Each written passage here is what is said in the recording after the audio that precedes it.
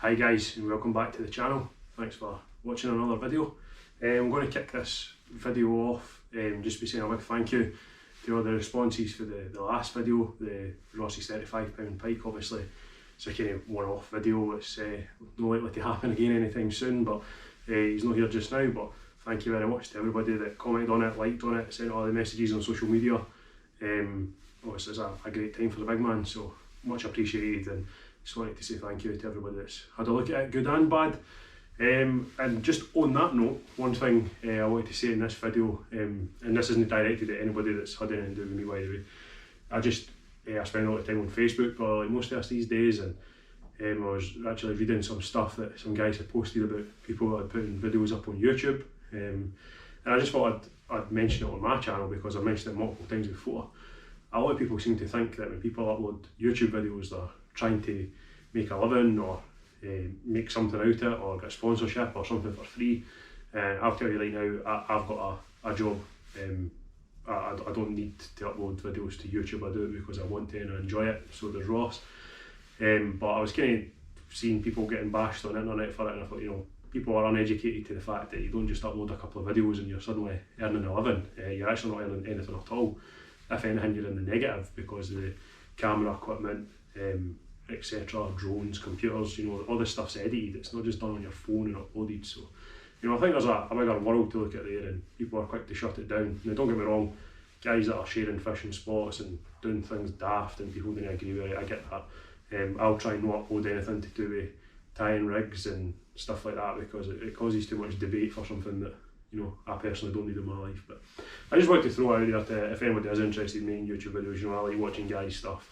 People are doing things different. You won't always agree. I know at that last video we learned a lot of information we shared with people on a nice and smooth level to have a chat about it. It wasn't anything malicious. So I just wanted to throw it out there in case people think that's the direction that we're going. But unfortunately, I'll need to return to my work tomorrow. So yeah, YouTube's not looking after me. But anyway, getting into this video today, I did mention in previous videos that this season I was looking to go back and focus on the trout and salmon, also pike fishing as well, but that was one of my goals for 2021 with the boat. Obviously, coronavirus is still playing a big part in the UK. We're still in lockdown. I don't personally have any big wild waters within my postcode. There is a couple of places I could go, but I haven't made it out there yet. So really, I just wanted to share some of the stuff that I've been doing in the background. I'm waiting on a set of downriggers coming from my boat. Unfortunately, there's a delay for them as well, but when they do come, I'll certainly do a video on that. But one of the things that I've spent a lot of time doing during lockdown actually is I've been in touch with a few guys from over in Michigan, United States of America, and big salmon. They're charter owners, they're fishermen, they have their own shop, they're just generally good guys, and they've been sharing a lot of information with me, and something that I'd like to try over here in the trawling world. There's not a lot of valuable information out there on it. I know there's a lot of skilled people in trawling, but it's something I wanted to try. So trawling flies in America, especially in the Great Lakes, is where the guys that have been helping me out. They're totally different to any flies you'd see here. I mean, a lot of guys that tie flies here for obviously fly fishing on a fly rod. Very intricate works of art, masterpieces in some people's cases. Even pike flies over here, they're very well tied. One of the guys I buy my pike flies from is Dave Fluffchucker. I'll put a link to his channel down below, and his flies are amazing. It's a lot of views since I started fly fishing for pike, not that I go a lot, but there's some good guys out there. These flies are, please don't try and compare them to two of the guys I just mentioned there. These flies are specifically for trolling, and they're actually specifically for trolling in the Great Lakes. So these guys are normally bouncing the weights off the bottom at 150, 160 feet down, which isn't something that we seem to do here because it's not how our lakes are built. These lakes are 52 miles wide at some points in America. So it's just something I wanted to try. I'm not the best fly tyer for the intricate stuff, so I thought, I can do these. They're very manageable. You can put your own spin on them. I've ordered, as you'll see in a minute, quite a lot of material, so I will be able to do it for some considerable amount of time and try it and see what colours work and see if it works at all. It might fall on its face, but at least I've got my flies tied when I go over there to fish for you know, salmon and trout in the Great Lakes, so I'll be able to take them with me. But yeah, so again, this isn't a sponsored video, this is just guys that I've met, good guys, and the package that has arrived at my house is from Purple Tackle. That's Purple Tackle from my accent, T-A-C-O, Tackle. Fly supply. Leroy, really good guy, helped me through choosing colours and placing an order and got it shipped over here even during the midst of a pandemic. So I'm going to change the camera angle and I'll show you some of the materials I've purchased. So guys, I'm going to try this camera angle and hopefully I'll give you the best view of what we're doing here. And as you'll see for the package that was delivered, good old United Kingdom, customs fee. I'll be totally transparent with you here, there's a good few $100 in materials in this box. So, you know, I think my total import duty, excise duty, import duty, VAT and the Royal Mail handling fee came to £47. So yeah, for material it's a bit of an additional add-on compared to, you know, what the initial price was. So what do we have? I have already opened this just to double check everything, but these all come individually, and these are bug boards. They're actually the heads for the flies. In fact, I'll just show you a fly first. This is the fly that I've tied already. So it's a trolling fly used with the Purple Tackle fly material. And what you do is you actually tie it on the bug head upside down, tie the banded mylar in. I just used the fly tie materials that I have here, and then I cemented the head on it. But you actually do it backwards, so when it's fished, it's actually fished upside down like this. And you'll see the bug head there, the eyes on it. This one's a translucent one, so it'll be fished in the water with your line through there, and then I'll maybe do another video on it, but you put a selection of beads on and then a treble or a single hook, whatever you prefer to fish. But the presentation of them in the water, I've already had them set up in a tank, is great, and I can definitely see, you know, why they work, and hopefully they do work. Yeah, so I just put all these in a bag, but I've got a multiple selection of the heads here. I'll just grab a handful. So, you know, blues, these are UV, there's a lot of UV materials in here, reds, greens, chromes, black, gold, you know, there's a chrome one there.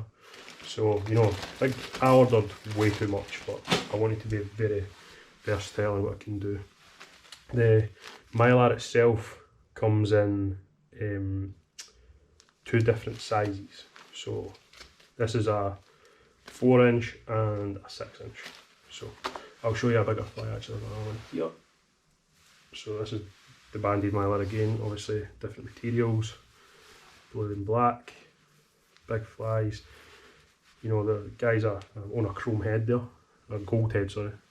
You know, these flies are targeted for big salmon and trout over there, but you're almost kind of bordering a pike lure over here.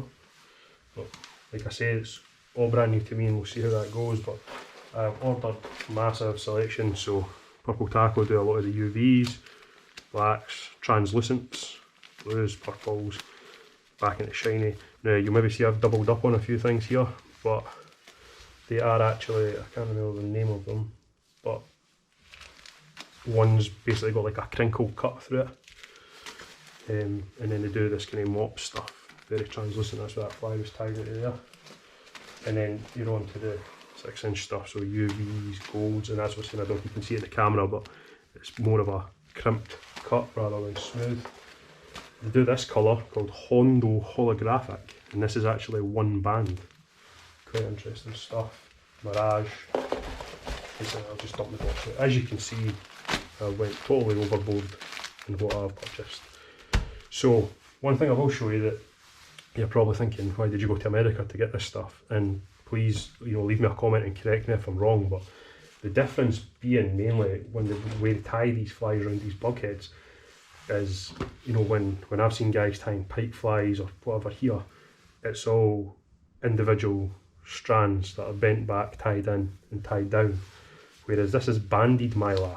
Now I couldn't find any of it in the UK, but it might be that I've just not done enough homework, and you know, like I say, I was talking to the guys over there anyway, so they helped me out with it.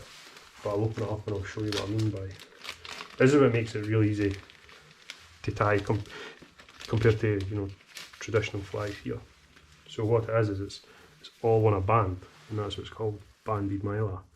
So to tie a fly like this is the same colour, this blue, there's probably only around, you know, 2.5 inches, and this is a metre in each of these packets. So, you know, I know I just went through metric to imperial there, but it is, you know, massively available. Each one of these packets will do multiple flies, and that was the way I was going with that. So yeah, there it is. That is my lockdown latest purchase and project. Alright guys, so there we go. I just wanted to share with you the materials that I brought over, and again, big thanks to Purple Tackle Fly Supply, and also Chris for Tangle Tackled Fishing on YouTube. You can search for him, I'll leave a link in the description down below. He was the man originally on his YouTube videos that basically showed me how to do this, and it went through there. So like I say, hopefully in the not too distant future I'll be back out on the boat.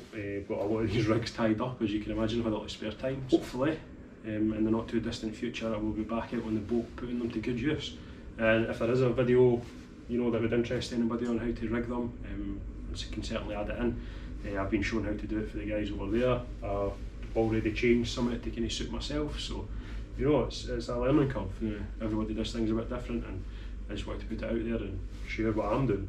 It's not any massive secret, unless I find a really good colour that's hammering trout and salmon, then it might become a secret, but up until then, quite happy to share it on the channel. So once again, thanks for watching. If you do watch the videos, please like and subscribe. It makes a big difference to letting the channel grow, and thanks to all the new subscribers, and once again the messages and stuff that we get.